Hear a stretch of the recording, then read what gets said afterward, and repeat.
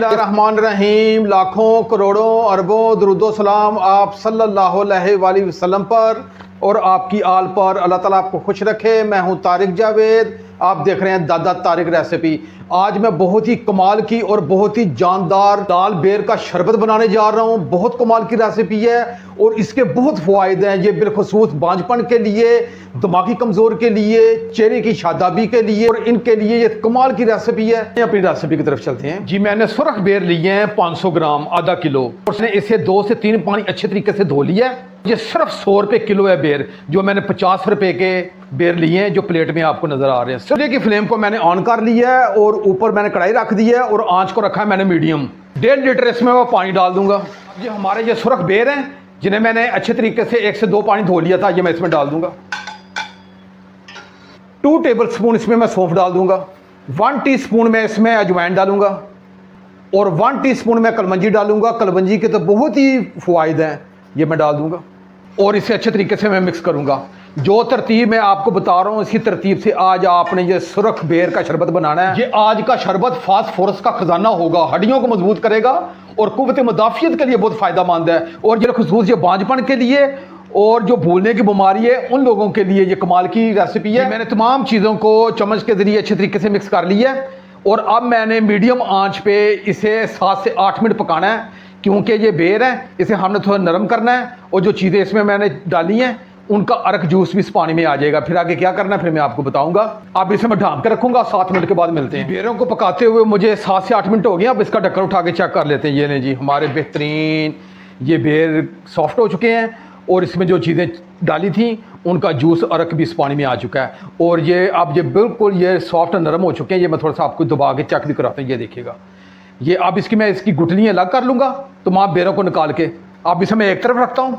उतनी देर में हम इसका क्वाम शीरा तैयार कर लेते हैं। मैं कढ़ाई को एक तरफ रखूँगा जी। मैंने 7 से 8 मिनट बेरों को पका के बिल्कुल साथ कढ़ाई में रख दिया है, वो थोड़ा सा आपको नज़र भी आ रहा होगा। अब मैंने एक कढ़ाई और ले ली है, इसमें मैंने सिर्फ 1 गिलास पानी डालना है इसमें जी। आज की रेसिपी को मैंने बहुत ख़ास बना रहा हूँ तो इसलिए मैं इसमें चीनी का इस्तेमाल नहीं करूँगा, गुड़ का इस्तेमाल करूँगा। कोशिश कीजिएगा कि गुड़ का इस्तेमाल करें, अगर गुड़ नहीं है तो फिर आप चीनी इस्तेमाल कर लें, लेकिन लाल बेर के शरबत में गुड़ ही इस्तेमाल होगा। तो ये मैंने 500 ग्राम लिया है, किलो गुड़ है, ये पूरा आधा किलो गुड़ है, ये मैंने डालना है। ये मैं इस पानी में ये गुड़ डाल दूँगा। अब ये 5 अदद मैंने छोटी इलायची ली है।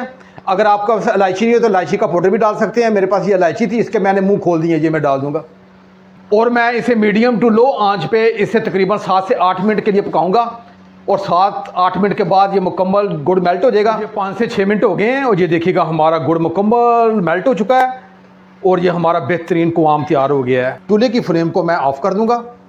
अब ये जो गुड़ होता है ये थोड़ा सा मैदानी इलाकों में बनता है, इसलिए इसमें खदशात होते हैं कि वगैरह को मट्टी वगैरह थोड़ी सी रह जाती है, तो आप इसे मलमल के कपड़े से या बारीक स्टेनर की मदद से आप इसे छान लीजिएगा। मेरे पास बारीक स्टेनर है, ये 1 मरतबा इसे मैं छान लूँगा और ये मैं बारीक स्टेनर की मदद से 1 मरतबा इसे ना छान लूँगा।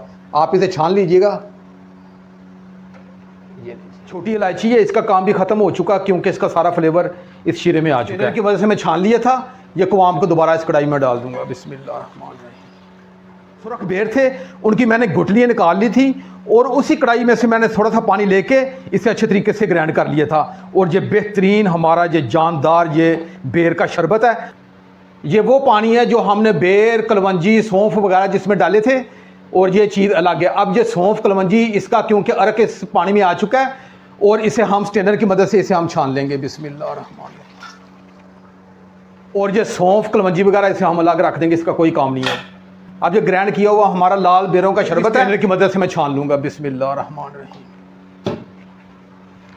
और स्पैचुला की मदद से अच्छे तरीके से मैं दबा लूँगा ताकि इसका सारा अरक वगैरह वो नीचे चला जाए। मैंने स्पैचुला की मदद से अच्छे तरीके से दबा के इसका सारा जूस अरक नीचे भेज दिया और ये नीचे कढ़ाई में हमारा जानदार शरबत ये पहुँच चुका है इस वक्त। ये जो बेकार है इसके छिलके वगैरह इसे हम अलग कर लेंगे और इन तमाम चीज़ों को 1 मरतबा ये मैं मिक्स करूँगा। कैसी मैंने आज आपको रेसिपी दी है, बहुत जानदार रेसिपी है।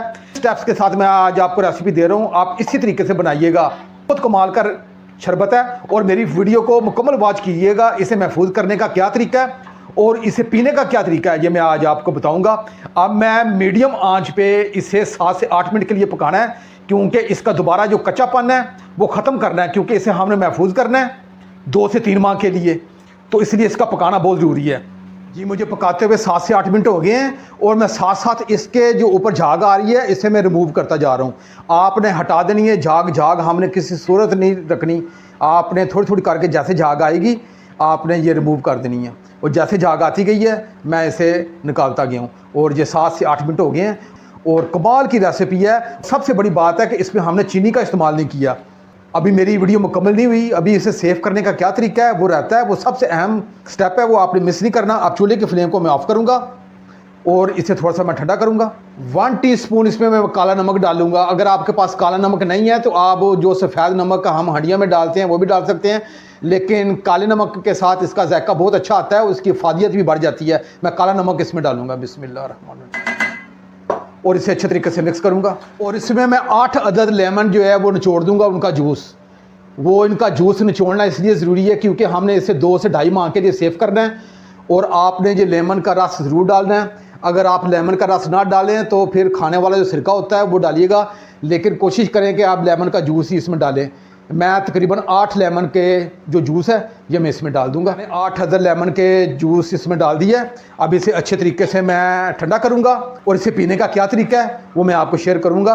अब इसे थोड़ा सा ठंडा करते हैं जी। मैंने बेर के शरबत को ठंडा कर लिया है। अब इसे आप 2 से 2.5 माह के लिए इसे महफूज कर सकते हैं। करने का क्या तरीका है कि हर घर में कोई प्लास्टिक की इस तरह की बॉटल वगैरह होती है, आपके पास कोई शीशे की बॉटल हो या प्लास्टिक की हो, कोई भी आपके पास हो, आपने इसमें डाल के इसे एयर टाइट कर देना है और आपने फ्रिज में रख लेना है। इस्तेमाल करने का क्या तरीका वो भी मैं आपको बताऊंगा। सबसे पहले ये मेरे पास ये शीशे की बोतल है, इसमें ये मैं इसका इस्तेमाल करने का क्या तरीका है, आपने एक गिलास ले लेना जो रेगुलर आप घर में इस्तेमाल करते हैं। इसमें ये मैं आप अपनी मर्ज़ी के हिसाब से थोड़ी सी आप बर्फ़ डाल देंगे। ये मैंने बर्फ़ डाल दी है और ये महफूज किया हुआ जो शरबत है ये मैं इसमें पहले डालूँगा, ये देखिएगा। और मैंने एक हिस्सा इसमें शरबत डाला है, 3 हिस्से में पानी डाल दूंगा। ये लें जी, हमारा जानदार ये शरबत तैयार हो गया है। अब इसी चम्मच के ज़रिए एक मरतबा ये थोड़ा सा हल कर लेंगे जी। ये लें जी, बहुत ही जानदार और बहुत ही कीमती ये लाल बेर का शरबत तैयार हुआ है। मैं थोड़ा सा आपको करीब से भी चेक करवाता हूँ। ये चीज़ें पिया करें, बहुत ही कम बजट में मैंने ये आज आपको रेसिपी दी है। सिर्फ 50 रुपये के बेर आए हैं, 130 रुपये का गुड़ आया है और ये तकरीबन 2 लीटर से ऊपर ये हमारा शरबत तैयार हो गया है और आप इसे 2 से 2.5 माह तक महफूज कर सकते हैं। और इसे बेहतरीन पीने का टाइम ये है कि आपने नाश्ते के बाद और दोपहर के खाने के दरमियान आप ये पिएँ। इंशाल्लाह आप दिल से दुआएं देंगे इस नाचीज़ को। टाइमिंग आपको मैंने बता दी है, वरना आप जब भी इसे चाहें आप इसे पी सकते हैं, लेकिन बेहतरीन जो टाइम है वो सुबह नाश्ता और दोपहर के खाने के दरमियान है। अब अपने भाई तारिक को इजाज़त दें। इंशाल्लाह मैं एक नई रेसिपी के साथ हाज़िर हूँगा। अपना बहुत ख्याल रखिएगा। अल्लाह हाफ़िज़।